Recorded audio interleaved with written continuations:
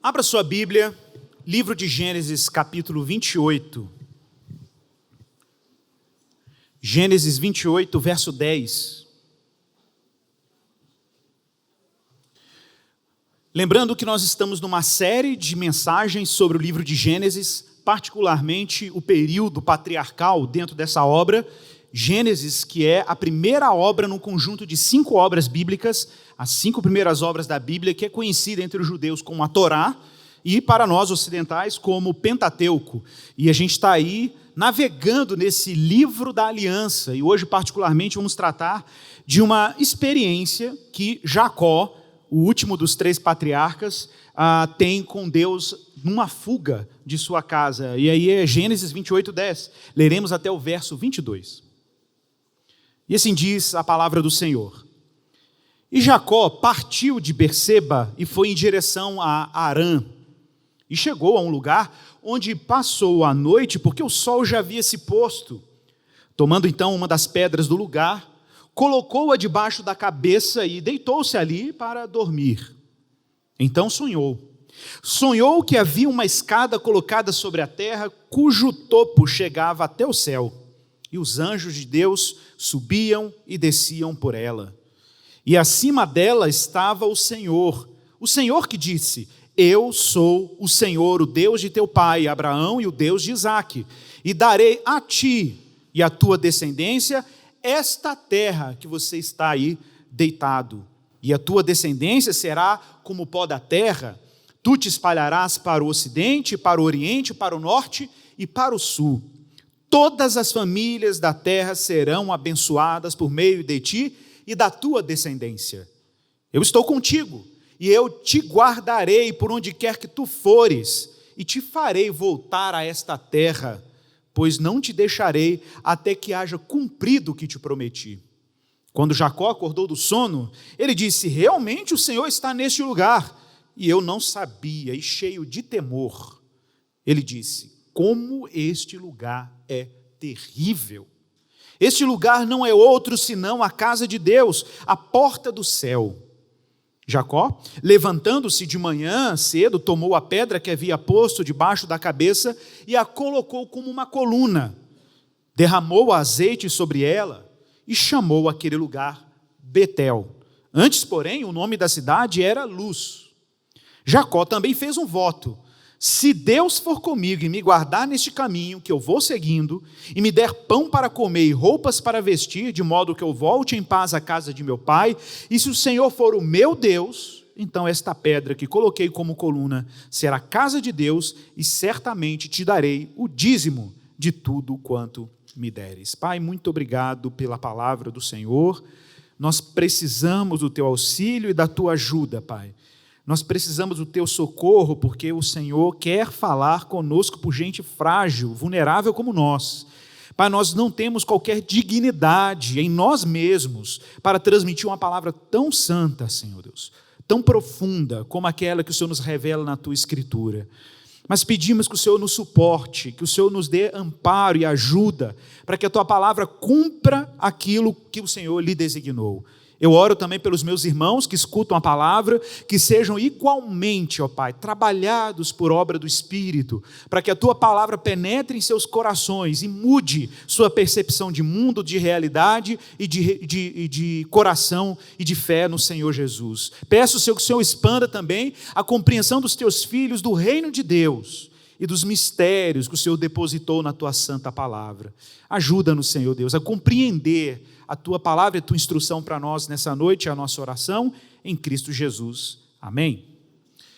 Pessoal, no último domingo, nós vimos aqui aquela novela dramática, Esaú e Jacó, aquela disputa pela bênção do pai, pela bênção de Isaque, e vimos como Esaú, depois daquele golpe do seu irmão, um golpe muito baixo, nós vimos aqui, Jacó agiu de maneira muito inescrupulosa, de forma muito perversa até, ele foi até blasfemo, nós vimos isso aqui, e Jacó, e ele até, o irmão, no momento de fúria, falou, não é que ele tem um nome que lhe é peculiar, um nome adequado, Jacó, o suplantador, o trapaceiro, o passador de perna, né? aquele que manipula, aquele que instrumentaliza, que movimenta e manipula o ambiente para ganhar algum tipo de vantagem, né? Esaú não apenas ironizou seu irmão no momento de fúria, mas diz o texto que ele passou a odiar Jacó, ele intencionalmente passou a odiar Jacó. Esaú quer e planejou e planeja a morte do seu irmão. Ele desabafa isso, e de fato ele estava só esperando o luto de seu pai Isaque, o momento de Isaque morrer, para cumprir os seus planos de vingança. Rebeca, ouvindo e sabendo desses planos de seu filho mais velho, Esaú, Rebeca então planeja agora a proteção de Jacó.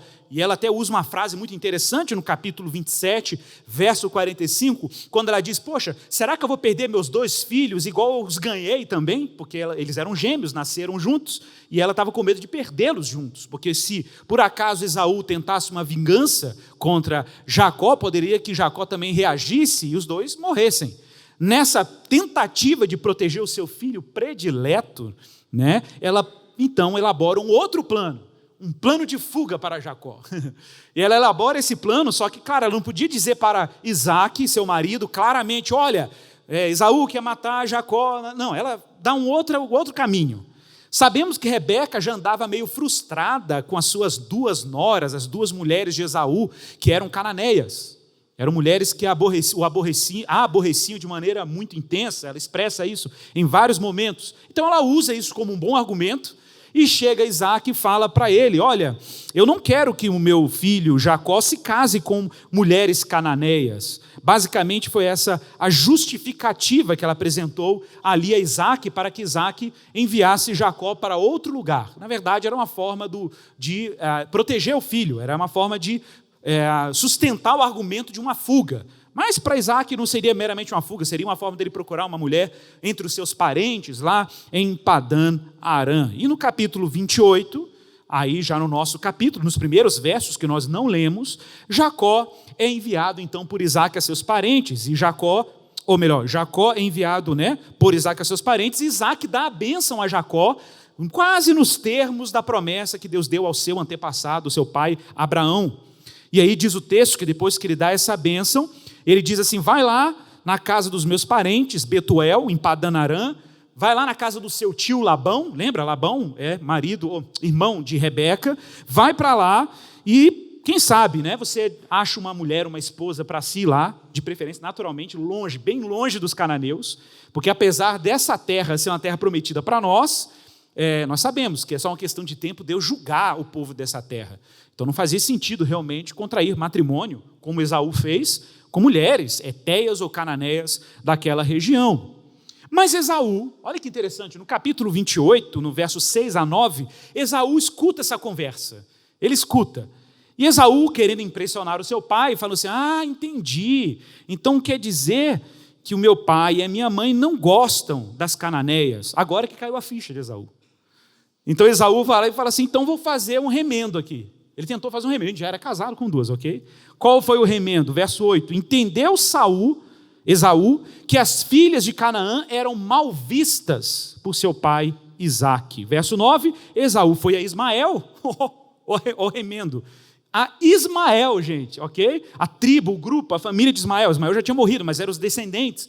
Ele foi até a família de Ismael, que já era uma família naturalmente rejeitada por Deus, por razões que nós já vimos na Bíblia, e lá, além das mulheres que ele já tinha, que eram cananeias, ele agora tem mais uma mulher. Ele pega Maalat, irmã de Nebaiote, filha de Ismael, filho de Abraão. Então o remendo aí não foi pior do que o soneto, ok?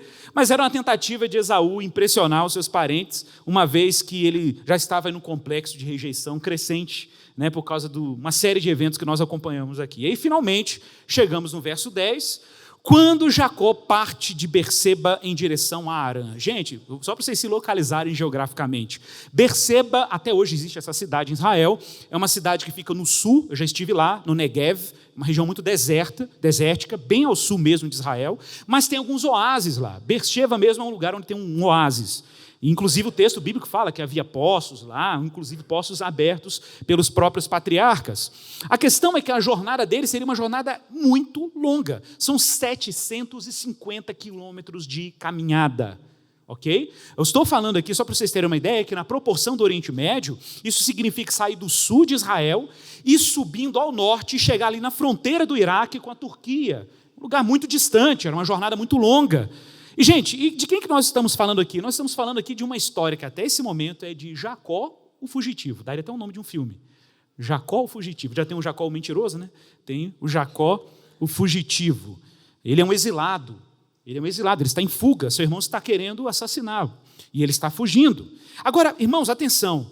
Que livro é esse que você tem nas suas mãos aí? O livro de Gênesis, ok? Eu quero que você faça um exercício aí de imaginação.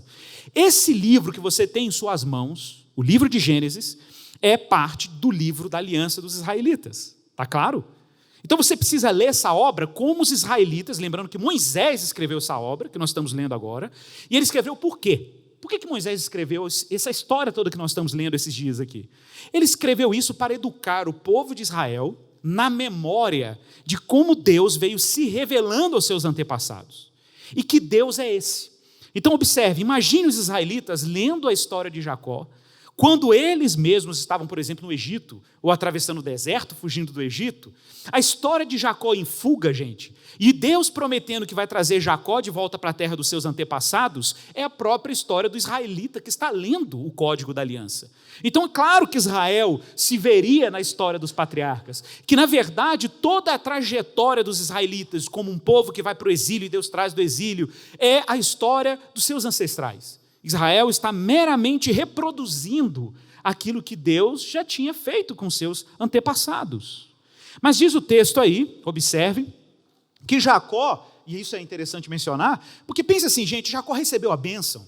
A bênção era a bênção da terra, a bênção dos descendentes, a bênção de uma posteridade, a terra era a terra do Senhor, mas parece que Jacó é um amaldiçoado. Porque Jacó está fazendo um movimento inverso, ao invés de estar tranquilo na terra prometida, ele está em fuga. Gente, essa cena de Jacó em fuga remete duas fugas anteriores da história de Gênesis. Lembre-se, Gênesis é uma obra só na antiguidade. Gênesis, o rolo da Torá, inclusive, do Pentateuco, se você pega um rolo judaico do Pentateuco, um rolo antigo, que até hoje os judeus leem nas sinagogas, não tem capítulo, não tem versículo. O texto é um texto contínuo. É um grande rolo contínuo. É um único documento. Então imagine que para o israelita a ideia é ver a história como um todo. Não é ver ela fragmentada, tá claro? Agora imagine isso, o israelita está vendo essa história de fuga de Jacó e só pode lembrar de duas fugas anteriores no livro de Gênesis. Qual fuga? A fuga de Adão e Eva, expulsos do jardim, é um exílio, e a fuga de Caim, quando foi disperso pelo mundo como um juízo divino por causa do crime que cometera contra o seu irmão Abel. Olha, Jacó em fuga é uma maldição, uma aparente maldição. Jacó em fuga é uma dispersão, ele está num movimento inverso. E para onde ele está indo? Para Harã. Gente, que cidade é essa? Harã, alguém se lembra? Gente, Harã é a cidade que terá o pai de Abraão, morreu, está em Gênesis capítulo 11, no final dele. E é lá que Abraão está sossegado, e no capítulo 12, Deus chama Abraão e fala para ele, sai da sua terra, da sua parentela, e vai para a terra que eu te mostrarei. É muito louco pensar que Jacó está fazendo o movimento inverso de Abraão. Ele está fazendo o movimento inverso da promessa. Ele não está fazendo o movimento natural, ele está fazendo o movimento contrário. É quase como se fosse uma cena, de fato, de um Jacó amaldiçoado.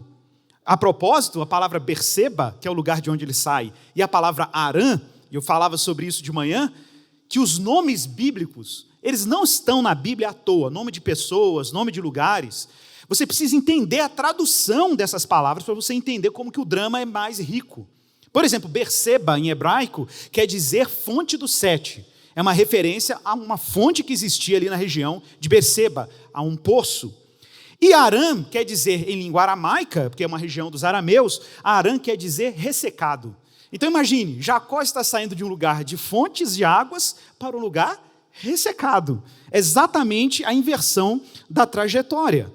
Então, lembrando, está tudo montado o cenário, mas acontece uma coisa aí, com 2 dias, só 2 dias de caminhada, no verso 11, Jacó chega em um lugar.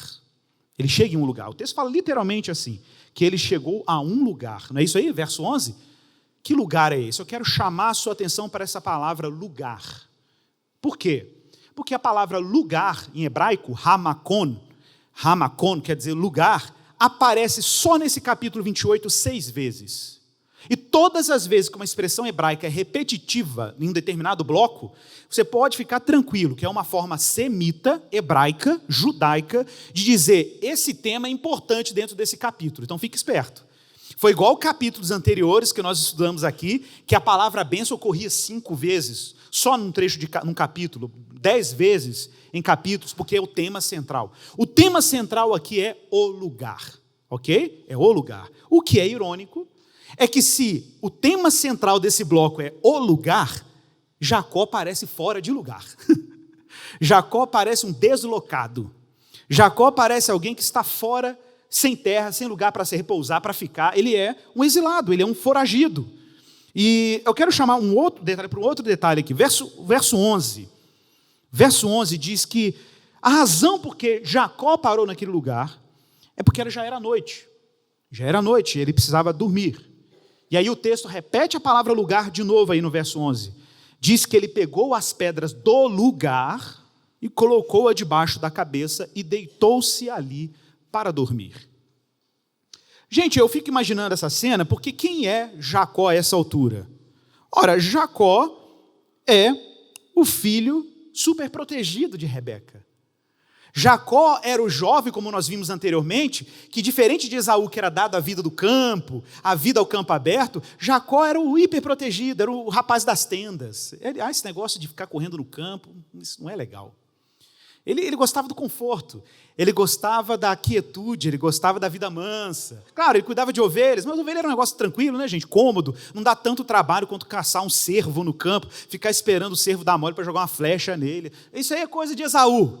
Esaú que gosta dessas coisas. Gente, numa versão atualizadíssima, né? Jacó é um menino de apartamento, ok?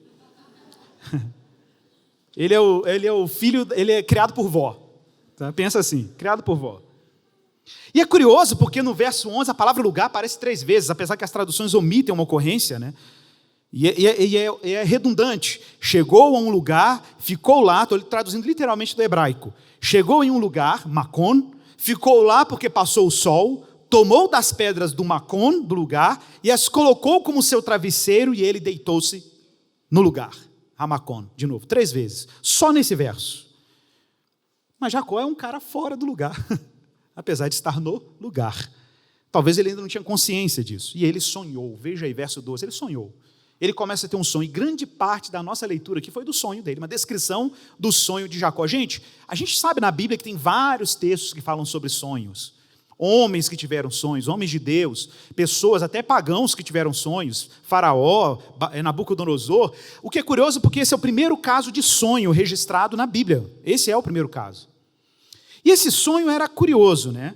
Porque a primeira marca desse sonho é que Jacó vê uma escada que conectava céu e terra. Que interessante. Curioso porque, claro, o autor não diz qual tipo de escada, né? Se era escada, os degraus de uma escada normal de uma edificação, ou se era uma escada de madeira vertical, a gente não sabe. O que se sabe é que a escada, naturalmente, como uma ferramenta, um instrumento ou um meio, ele tem uma função muito específica. Encurtar ou criar um meio da gente chegar num lugar que não dá para chegar pelos meios convencionais. É para isso que existe uma escada, para isso que é feita uma escada. Uma escada te leva a lugares que de maneira convencional você não iria. Você tem que ter um instrumento, você tem que ter um meio entre um lugar e outro, entre um ponto e outro. O que se mostra nessa visão é que existe uma escada, de fato, conectando a terra aos céus. E o texto diz que havia um trânsito nessa escada. Havia um fluxo permanente de anjos subindo e descendo essa escada. Ok? Então eram anjos que naturalmente desciam dos céus e subiam da terra, num fluxo permanente. Mas não era qualquer tipo de anjo. O texto diz que eram anjos do Senhor. Mas aí você me pergunta, mas Igor, o que são anjos, afinal de contas? Né? Porque a gente tem vários imaginários sobre anjos. Inclusive, nós temos alguns imaginários que são mais gregos do que cristãos, ou judaico-cristãos. Por exemplo, imaginar anjos com asas é uma grande imaginação nossa ocidental. Porque com asas só os serafins, gente, na Bíblia, de acordo com a Bíblia. A gente não tem registro de anjos convencionais, ok? Com asas. A palavra anjo, tanto em hebraico quanto em grego, tem um sentido muito simples. Em hebraico, a palavra para anjo é malach, no plural malachim, anjos. E em grego é a palavra angelos, daí a expressão anjo. O que é curioso é que os tradutores raramente na Bíblia traduzem anjo mensageiro, que é o sentido literal do termo. Traduzem quase como uma transliteração, anjo. O único caso que eu me lembro agora na Bíblia que anjo é traduzido como mensageiro é quando fala de Paulo, que tinha um mensageiro de Satanás para me esbofetear, falando do espinho da carne de Paulo. Mas a palavra no original é ângelos. Por que não falou lá um anjo de Satanás para me esbofetear? Botou mensageiro. Né? Observe. Para o tradutor, fica meio aberto, de fato, a tradução. Mas pense assim, são mensageiros de Deus que subiam e desciam, ok? Mensageiros de Deus, é o que a gente chama de anjo. O que é curioso é que o livro de Hebreus, capítulo 1, verso 14, fala que para que servem os anjos? Eles são espíritos, ministradores, enviados para serviço a favor daqueles que hão de herdar a salvação. Interessante. Eles estão prestando um serviço ali. Aqueles anjos que são mensageiros estão levando mensagens para a terra e conduzindo mensagens para o céu. E aí, no verso 13, diz que na visão, quem estava sobre a escada, e a gente não sabe se era sobre a escada em alguma altura, se era lá em cima no céu, porque o termo hebraico não dá essa permissão. O termo al é muito complexo em hebraico, é uma preposição que pode significar sobre, né, no sentido de estar no topo de alguma coisa, ou pode ser sobre a escada no meio do caminho, vai saber. O que se sabe é que o Senhor não estava na escada, estava sobre ela, ou acima dela, como diz aí na século 21, mas estava lá o Senhor. Gente, o que está acontecendo aqui é o seguinte, é que o Deus de Israel, o Deus Jeová, Javé, como a Bíblia o revela, era o Deus de Abraão, também foi e era o Deus de Isaac, mas ele ainda não tinha se tornado o Deus de Jacó. A gente sempre chama esse Deus como Deus de Abraão, Isaac e Jacó, mas até aqui ele só é Deus de Abraão e Deus de Isaac. Se você olha a história pregressa de Jacó, inclusive nas suas jogatinas, nas suas manobretas, para conseguir vantagens, bênçãos, sequer há uma preocupação de Jacó em honrar esse Deus. Ele sempre se refere a esse Deus como Deus do meu pai Isaac, mas nunca se refere a ele como seu Deus. Gente, o que está acontecendo aqui é que Jacó tem que converter. Jacó precisa converter, graças a Deus, né, irmão? Porque o irmão é complicado, ele precisa converter. Né? E ele precisa de Deus, e Deus precisa salvá-lo, e Deus precisa se revelar a ele, e Deus dá um sonho. É curioso também pensar que para Deus despertar Jacó, ele teve que dormir primeiro. Para Deus salvar Jacó da inconsciência sobre Deus, ele precisa ficar inconsciente para ter essa revelação dele. É o modo como Deus utilizou a auto-revelação dele. Mas um outro detalhe é que a visão de uma escada é uma coisa muito interessante. Porque lembra, Gênesis é uma obra única. Essa coisa de céu e terra não é uma novidade dentro do livro de Gênesis nos capítulos anteriores, não. Para o leitor israelita, nenhuma novidade. Por que não? Porque já houve uma tentativa de se chegar ao céu no capítulo 11 de Gênesis. Lembra? Uma cidade chamada Babel, que tinha uma torre cujo topo, a ideia era que chegasse ao céu. Então observe, no mundo pagão, gente, é importante lembrar isso, no mundo antigo, nós temos vários registros e desenhos pictográficos, tanto no Egito como na comunidade acadiana, a gente tem vários achados, não sei, é mais de um inclusive, bem mais, assim, tem vários achados de descrições dos mitos pagãos, de divindades que criavam escadas conectando céu e terra. Porque havia esse senso no mundo antigo, de que a vida ela deve ter um sentido transcendente. Existe algum mundo invisível que governa o mundo visível e que o mundo invisível é um lugar de poder. E para você ter poder no mundo terreno, você tem que ter acesso ao mundo invisível. A ideia aqui, então, em Babel, né, a ideia da torre, era a ideia do homem chegar onde Deus ou os deuses estavam, adquirir poder para tornar célebre o seu próprio nome. É assim que Gênesis 11, lá com Nimrod, descreve a Torre de Babel. O que é curioso é que existe de fato uma ponte entre céu e terra, mas ela não foi feita por homens. Nesse caso aqui, a ponte ou a escada, a conexão entre céu e terra, esse atalho divino foi elaborado pelo próprio Deus. O próprio Deus criou essa conexão. Nenhum homem tem condições de elaborar esse caminho de baixo para cima. A propósito, gente, todo esforço humano de se chegar ao sagrado de baixo para cima é sempre um esforço pagão. Sempre. Ou você acha que o que está por trás das ideologias seculares?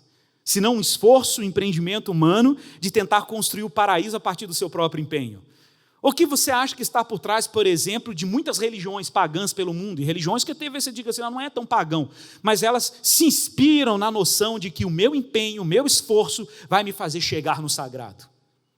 Quando nós olhamos para esse texto, nós vemos o contrário disso. Nós vemos o sagrado se chegando a Jacó. Gente, Jacó não tinha qualquer consciência religiosa nesse momento. Jacó está em fuga, ele está pensando na sobrevivência, tá ok? Só isso, ele está pensando só na sua sobrevivência. E Deus tem outros interesses com Jacó. Então fica claro que se chegar a Deus não é um empenho humano, e Deus está deixando isso claro para Jacó. Não é os atalhos que Jacó criou, os improvisos dele que vão torná-lo aceito diante de Deus. Deus ativamente precisa abençoar Jacó. Então Deus se auto-revela. Escute isso, meu irmão. Se Deus não se auto-revelar a você, você não enxerga Deus. Se Deus não der e criar meios e mecanismos para se fazer conhecido, ninguém pode conhecê-lo. Ele é inacessível. Ele é uma porta de bronze, Deus é uma parede, inacessível para aqueles que não têm, Deus não quer se revelar. Mas quando Deus decide se revelar, meu irmão, é inegável, é irresistível, desculpe o meu momento calvinista, é irresistível. E aí no verso 13, Deus diz claramente, eu sou o Senhor, o Deus de teu pai Abraão e o Deus de Isaque. Olha como Deus se revela. Eu sou o Deus de Abraão e o Deus de Isaque, só que falta ser o Deus de Jacó. E agora é o momento dele se tornar o Deus de Jacó.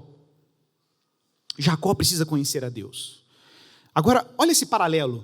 Enquanto Jacó está entretido com a sua sobrevivência, Deus está comprometido com os seus planos. E isso tem muito a ver com a gente. Porque grande parte do tempo de um homem comum, uma mulher comum, é uma luta pela sobrevivência. A vida dele é o reflexo de gente desesperada. É vida de fugitivo. Grande parte das pessoas no nosso mundo contemporâneo são pessoas que vivem uma vida de desesperados. É sobrevivência. Pessoas buscando sobrevida.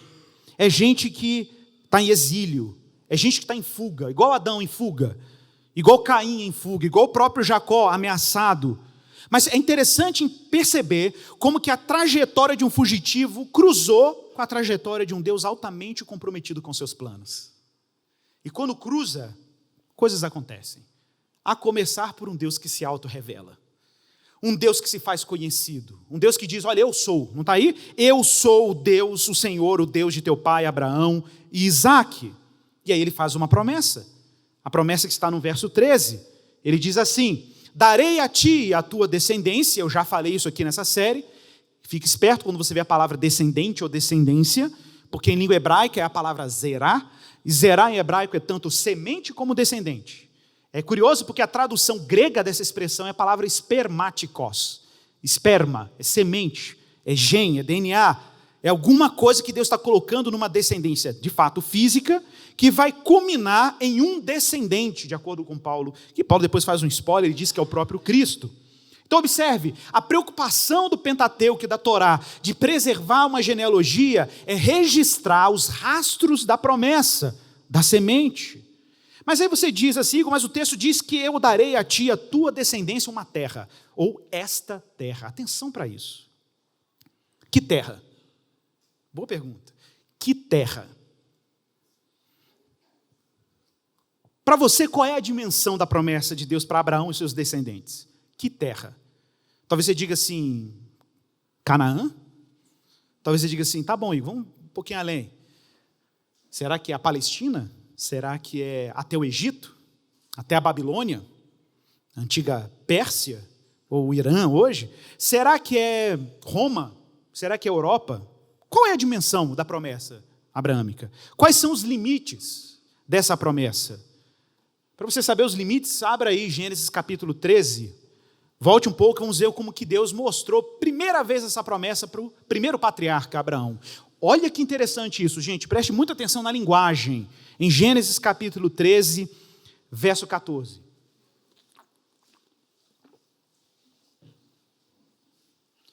Deus está prometendo terra, mas qual é o tamanho? Qual é a fronteira? Qual é o limite dessa promessa?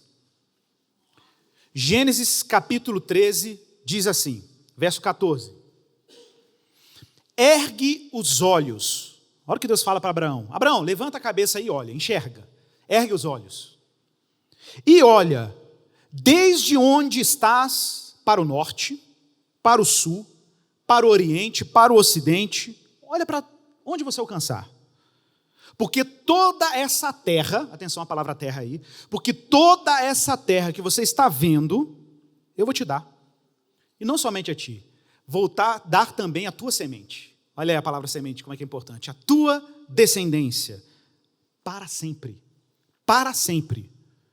Farei a tua descendência como o pó da terra, de maneira que se alguém puder contar o pó da terra, então se contará também a tua descendência. Levanta-te, percorre essa terra no seu comprimento e na sua largura, porque eu a te darei. E eu pergunto, quais são os limites da promessa de Deus a Abraão? Quais são os limites? Importante essa pergunta. Gente, o que Deus está tentando provar para Jacó é, Jacó, você gostava da tendinha, não gostava? Você se sentia em casa na tendinha, né? Mas o seu universo era muito pequeno. O seu mundo era muito pequeno.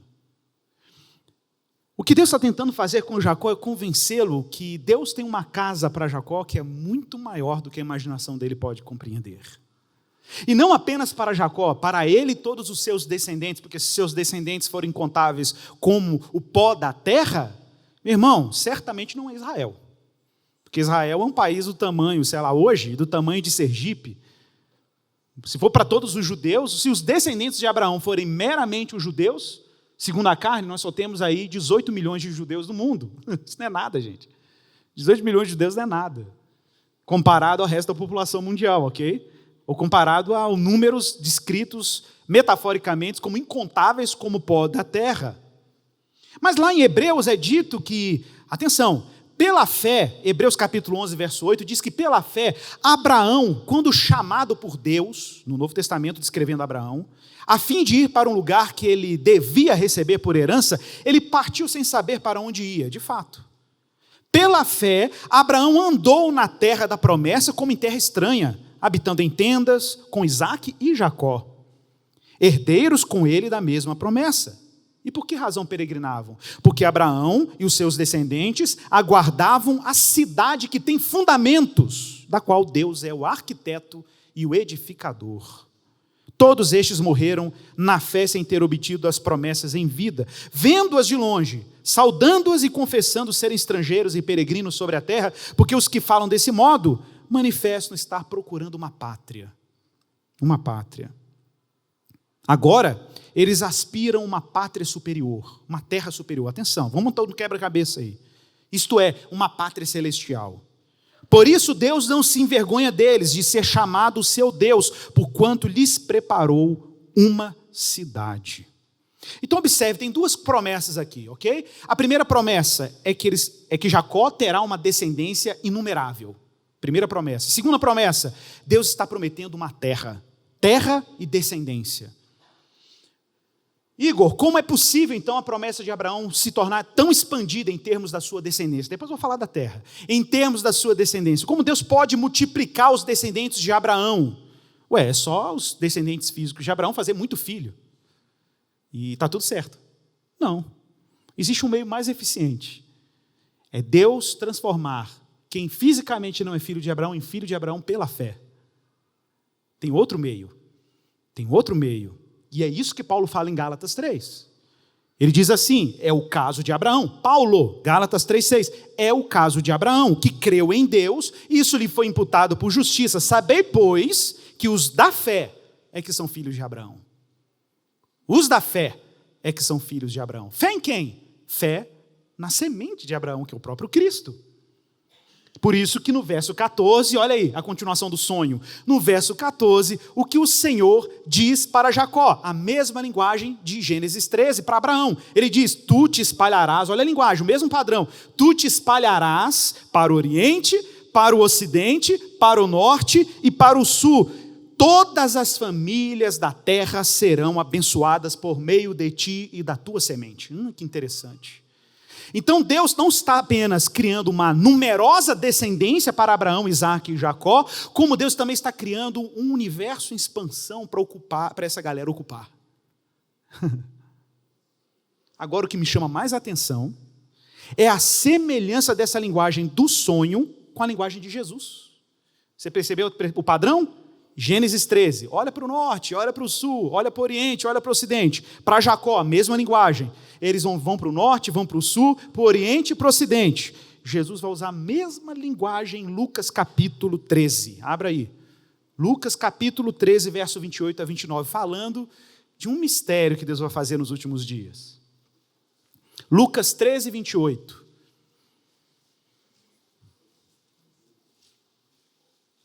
É um texto que nós lemos domingo passado, mas eu quero ler esses 3 versos. Esses 2 versos. Olha o que diz aí. Atenção para a linguagem, é a mesma linguagem, é o mesmo padrão. Lucas 13, 28. Ali haverá choro e ranger de dentes. Lembra, Jesus está falando aqui para os judeus, para os fariseus que estão ouvindo ele. Aí ele fala assim, ali haverá choro e ranger de dentes, quando virdes no reino de Deus, Abraão, atenção, Isaque e Jacó e todos os profetas. Então o que Jesus está falando? Judeusada, filhos de Abraão, segundo a carne, atenção, estou falando com vocês aqui, um dia vocês vão chorar e vão ranger os dentes, porque vocês vão ver o reino de Deus lá do outro lado, e vocês vão ver Abraão, Isaque e Jacó, e todos os profetas ressuscitados ali, mas vocês do lado de fora. Olha que tenso, e vocês do lado de fora. E aí o texto diz mais, muitos virão do oriente, muitos virão do ocidente, do norte e do sul, a mesma linguagem, e tomarão lugar à mesa no reino de Deus. Quem é esse que vem do norte? Quem é esse que vem do sul? Quem é esse que vem do leste? Quem é esse que vem do oeste? São os filhos de Abraão, segundo a fé. São todos aqueles que foram reconciliados com Deus de Israel por meio do descendente de Abraão, que é Jesus, e foram atraídos por Jesus e se sentarão à mesa, enquanto os filhos de Abraão, segundo a carne, em grande parte não se sentarão. Por isso que lá quando João Batista no Evangelho de João diz assim, olha, vocês estão preocupados em serem filhos de Abraão? Falando para o grupo de judeus que ele estava batizando lá. Olha, eu vou dizer para vocês, dessas pedras, Deus pode suscitar filhos a Abraão. Nenhum problema para Deus. E aí no verso 15, voltando em Gênesis 27, 28, no verso 15, o Senhor diz para Jacó, eu estou contigo. Gente, isso aqui é extraordinário. Isso aqui é extraordinário. Eu estou contigo. Eu vou te guardar. Por onde você for, eu vou te guardar. Eu vou te guardar e vou te fazer voltar a essa terra, pois não te deixarei até que haja cumprido aquilo que eu te prometi. Irmãos, a questão aqui é que Deus está ensinando para Jacó, acordando Jacó, fazendo ele entender que ele não tem que viver como amaldiçoado, ele não tem que viver como exilado, como um foragido, como alguém sem lugar, como alguém sem terra. Deus está fazendo uma grande piada divina com Jacó e está dizendo para ele, está gostoso o travesseiro aí? É isso. O que você está achando do travesseiro? Está bom? E essa casa aí está confortável? Que casa, gente? O homem está dormindo ao relento. Que casa? Gente, o universo. A casa é simplesmente o universo. A casa é simplesmente tudo que Deus criou. A casa é a terra. Ele fala, essa terra que você está deitado aí, vou te dar por herança. E eu te pergunto de novo, qual é a expansão da promessa? Qual é a extensão da promessa? Expande aí, meu irmão, a compreensão. Qual é a extensão da promessa?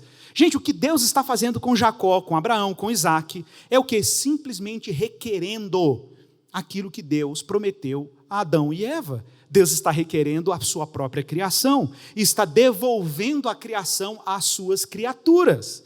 E Deus está fazendo isso pelos patriarcas, isso vai culminar, obviamente, com a revelação de Jesus. É uma grande história de redenção cósmica, de tudo que Deus criou. Então, essa terra aí não é um território.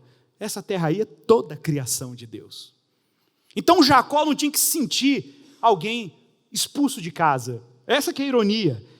Jacó podia se sentir nesse momento como alguém sem casa, um sem teto. E Deus está dizendo, não se preocupa não, você está na minha casa. Você está dentro da minha tenda, Jacó. Eu sou o Senhor dessa casa chamada mundo. E essa terra que você está deitado aí, eu vou dar a você e os seus descendentes. Não importa onde, meu irmão. Esse é o segredo. Não importa onde. Eu vou para Portugal que eu vou ganhar a bênção, vou ganhar a vida lá em Portugal. Não, Deus está me chamando para ir para os Estados Unidos. Ninguém é chamado para ir lá para Azerbaijão. Eu acho impressionante isso. E está precisando de crente lá. Paquistão. Lei da blasfêmia, está precisando de muito crente lá. Ninguém chamado para ir para o Paquistão, não sei porquê. Eu ainda vou ter uma resposta para isso. Eu vou para o Canadá. Tá bom, irmão. Mas saiba, não importa onde, importa com quem. Não importa onde, importa com quem. E a ideia é essa. Deus está dizendo para ele, Jacó, fica de boa. Não importa para onde você vá. O que importa é com quem você está. E eu estou contigo. Eu estou contigo. Você pode estar indo para um lugar seco. Você pode estar, parece estar regredindo. Parece que a história está voltando. Parece que você está um desterrado. Mas eu estarei contigo. Eu vou te fazer voltar à terra dos seus pais. Não te deixarei até que haja cumprido o que te prometi. Irmãos, isso é para todo eleito de Deus. Todo eleito de Deus pode estar nesse mundo. Parece que você é um desterrado. Parece que você é um filho da diáspora. Mas saiba, Deus vai te trazer de volta para a casa do Pai. Nós não somos como Caim disperso. Nós somos como o peregrino Abraão, que um dia volta para casa. Ou como o peregrino Jacó, que um dia volta para casa. Jacó não tinha que se sentir um estranho na criação de Deus. Ele não tinha que se achar um estranho na terra de Deus.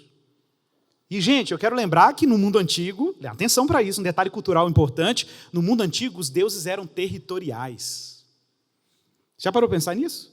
Que os deuses que eram cananeus não estavam lá na Babilônia, não estavam no Egito.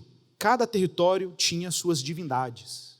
No mundo antigo, essa noção de uma divindade translocal, uma divindade que te acompanha, você andando em territórios ocupados por outras divindades, era uma loucura, mas essa era a revelação de Deus para Jacó e para os seus antepassados. Qual é a revelação? Ele é o Deus de toda a terra.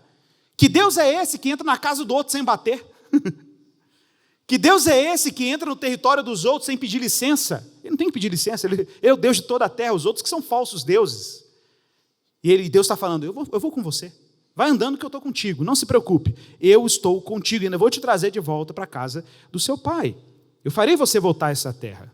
Quando Jacó acorda, verso 16, Jacó acorda do sonho, ou do seu sono, e ele acorda assustado. Diz o texto aí que, a primeira frase dele quando acordou, realmente Jeová, o Senhor, está neste lugar e eu não sabia. Olha que curioso isso. Jacó admite uma ignorância sobre Deus. Jacó admite a sua ignorância sobre esse Deus, que era o Deus dos seus ancestrais. Ele fala, Deus está nesse lugar, olha a palavra-chave, lugar, Macom, Deus está neste lugar, e eu não sabia. E o verso 17 fala que ele está cheio de temor. E é curioso, né, porque a gente olha para os textos bíblicos, e a gente, desculpa, é uma constatação. A gente às vezes vê os irmãos assim, né, Senhor, eu quero te ver, quero tua glória, amém, irmão. A gente tem que buscar isso mesmo, mas o dia que isso acontece é meio tenso. É de tremer os ossos. Todas as narrativas bíblicas de aparição divina, o povo está lambendo o pó, gente. O povo está caindo por terra, o povo está tremendo, está desmaiando. João desmaia quando vê Jesus na ilha de Patmos. Ezequiel cai por terra. O povo não dá conta de se carregar diante da aparição divina. Isaías fala, eu sou um homem de língua pesada, um homem de lábios impuros. O povo, todo mundo, todos os textos da aparição divina é pânico. Ninguém está feliz, assim, ai que delícia a presença de Jeová. Não, é desespero. O povo começa a correr, é terrível. Olha a frase aqui. Olha como esse lugar é terrível. Esse lugar não é outro senão a casa de Deus. Que interessante, né? Que interessante isso aqui. Lembra, gente, Jacó é um cara sem casa. Mas aí ele descobre que esse lugar é a casa de Deus. Aí você pode pensar assim, esse lugar é essa pedrinha aqui. Não, o lugar que é a casa de Deus é toda a criação, é a casa de Deus. E Jacó agora se vê hóspede de uma tenda muito melhor do que aquela que ele deixou. Ele se vê hospedado pelos domínios do próprio Criador. E ele fala, esse lugar é Betel, em hebraico, Bet-El, em hebraico quer dizer casa de Deus. E o texto diz que aquele lugar tinha um nome diferente antes. O nome daquele lugar antes era Luz. E luz aqui não tem nada a ver com luz, lâmpada não, tá, gente? Luz aqui é uma expressão antiga, nem é uma expressão hebraica, é uma expressão semita antiga. Laus, em árabe, tem até uma desinência dela, que quer dizer abrigo, refúgio. E é curioso, né? Porque a relação de Jacó com o lugar era luz, abrigo, refúgio, lugar de gente fugitiva. Está procurando refúgio ali. E aí ele muda a dimensão. Espera aí, eu não posso viver no mundo como um refugiado. Eu tenho que viver no mundo como alguém que foi hospedado. Vou mudar o nome, de refúgio para a casa de Deus. Olha que coisa extraordinária. De refúgio para a casa de Deus.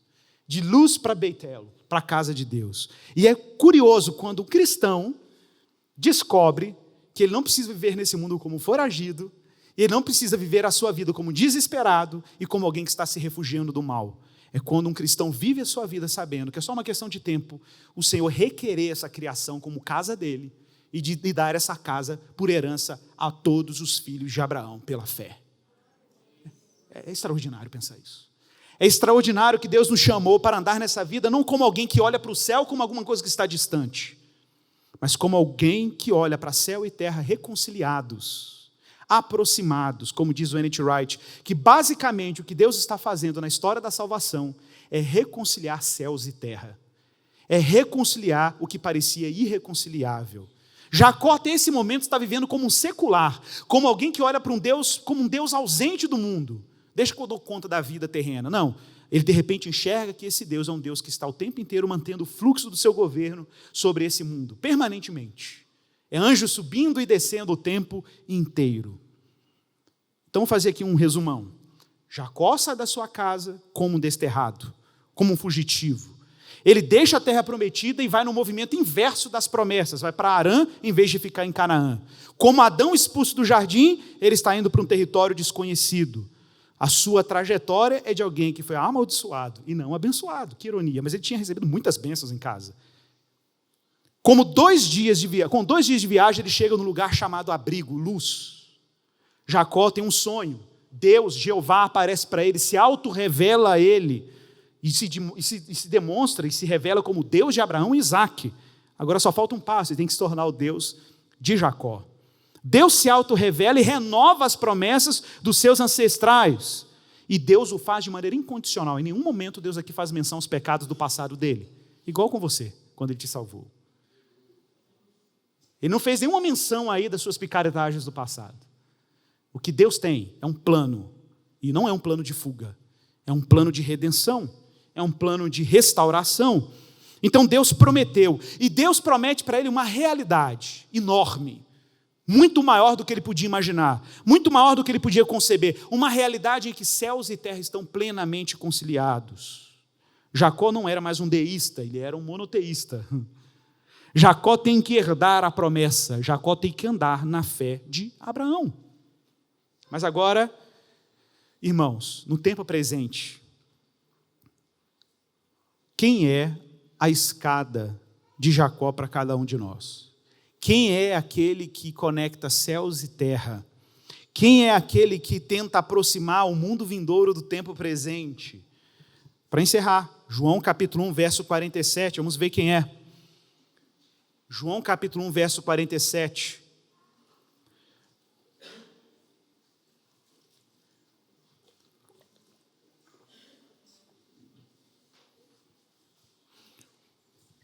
Igor, a Bíblia fala que nós vamos para o céu. Não, a Bíblia fala que o céu virá até nós. Apocalipse 21, a nova Jerusalém desce do céu. Deus vai transformar a sua criação, por isso que capítulo 8 de Romanos diz que a criação a um só tempo geme e suporta angústias até agora, aguardando a revelação dos filhos de Deus. A terra geme aguardando a sua redenção. Deus fez a terra e ela era muito boa. Quando nós cristãos falamos que vamos morar no céu, não é morar no céu porque nós vamos deixar a terra para trás e ir para o céu. Nós vamos morar no céu porque nós vamos morar numa terra celestial. Nós vamos morar numa terra que foi transformada à imagem do céu. Como diz Russell Shedd, no comentário dele de Apocalipse 21, verso 1 na Bíblia dele, ele diz que Deus está tornando a terra perfeitamente adaptada para os seus santos. Ah, mas a Bíblia diz que a Bíblia diz que Deus vai para o Pai vos preparar o lugar. Ah, porque eu vou para o Pai e vos prepararei lugar. Para de bobeira, isso é coisa de testemunha de Jeová. Claro que ele vai preparar lugar nos céus. Hebreus capítulo 8 diz que Jesus Cristo subiu a lugares mais altos, está à destra do Pai, à destra da majestade nas alturas dos céus, intercedendo por nós num santuário que não foi feito por mãos humanas. É verdade, é nos céus. Essa é uma linguagem bíblica para o que é eterno. O problema é que Apocalipse 21 vai dizer que aquilo que está no céu, o santuário de Deus, o tabernáculo de Deus, desce do céu.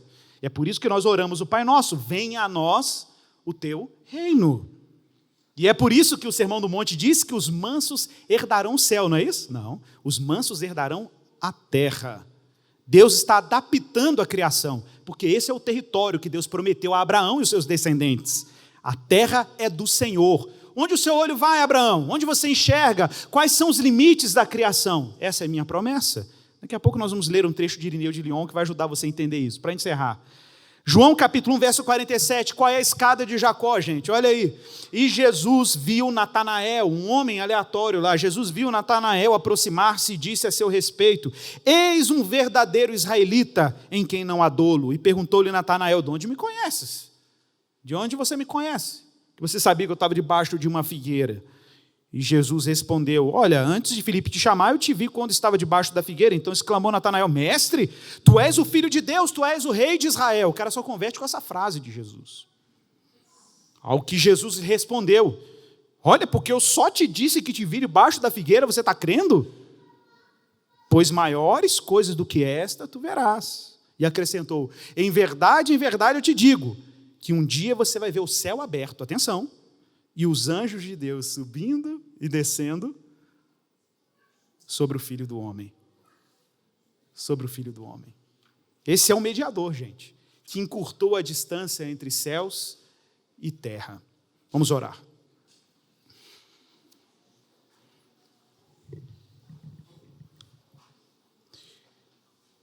Meu irmão, expanda a sua compreensão da palavra de Deus. Faça igual a Abraão, enxerga aí, onde que o seu olho alcança? Onde que seus olhos alcançam? Onde que a sua imaginação alcança? Vai lá, imagine, expanda. Essa é a dimensão da promessa. Essa é a grandeza do que nos está reservado na eternidade, como co-herdeiros com Jesus, filhos de Abraão pela fé. Irmãos, nós não estamos aqui alegorizando nada, nós não estamos pegando o texto de Abraão e fazendo uma alegoria. Como não? É que o fundamento das promessas está no que Deus fez com Abraão, literalmente. É que Deus se comprometeu com os patriarcas, criou uma descendência, fez uma semente brotar que é Jesus, e em Jesus todas as famílias da terra estão sendo abençoadas, e Deus está produzindo descendentes incontáveis como o pó da terra. Prepare o seu coração para essa ceia, meu irmão, e peça a Deus para te encher dessa consciência de que nós, pela fé, somos igualmente filhos da promessa.